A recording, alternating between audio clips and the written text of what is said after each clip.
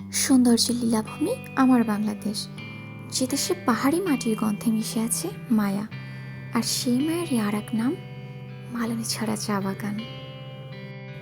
Hello everyone, আসসালামু আলাইকুম। This is Jui and welcome to my another video. আজ আমি আপনাদের সামনে তুলে ধরব বাংলাদেশের প্রথম ও বৃহত্তম চা বাগান মালনীছড়া চা বাগানকে, যা 1949 সালে লর্ড হ্যাডসনের হাত ধরে প্রতিষ্ঠিত হয়েছিল। মালনীছড়া চা বাগান এমন একটি জায়গা যেখানে গেলে আপনি পাবেন চোখের স্বস্তি এবং পাখির কণ্ঠ শুনতে পাবেন। প্রকৃতির সঙ্গে এমন ঘনিষ্ঠতা খুব কম জায়গায় পাওয়া যায়।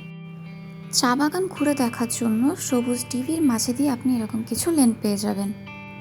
লেনগুলোর মাঝে দিয়ে হাঁটার সময় বা চা বাগানের ভেতরে যখন যাবেন তখন একটু সতর্ক থাকতে হবে, কারণ এর ভিতর কিন্তু অনেক ঝোঁক থাকে। সারা বছর ভ্রমণ করা গেলেও নভেম্বর থেকে মার্চ হবে ভ্রমণের জন্য একদম সেরা সময়। এ সময় আবহাওয়া শীতল থাকে এবং ঝকঝকে থাকে। চেষ্টা করবেন সকালের দিকে যাত্রা শুরু করার, এতে করে খুব সুন্দর আবহাওয়া উপভোগ করতে পারবেন। মালনীছড়া চা বাগান আসলে শান্তি, প্রাকৃতিক সৌন্দর্য ও চা শ্রমিকদের কঠোর পরিশ্রমের এক নিখুঁত সমন্বয়।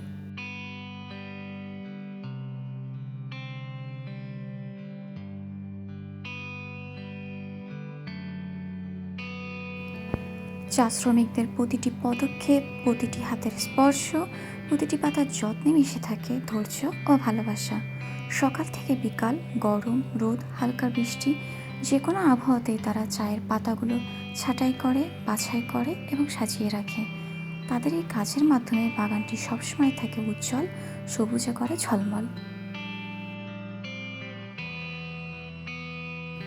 চা বাগানে আসলে আপনি কিছু চায়ের পাতা এরকম লাল দেখতে পারবেন।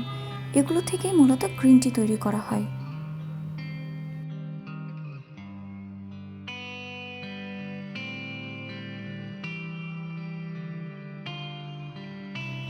সিলেট মেইন শহর থেকে মালনীছড়া চা বাগানের দূরত্ব খুবই কম, আনুমানিক 3 কিলোমিটার।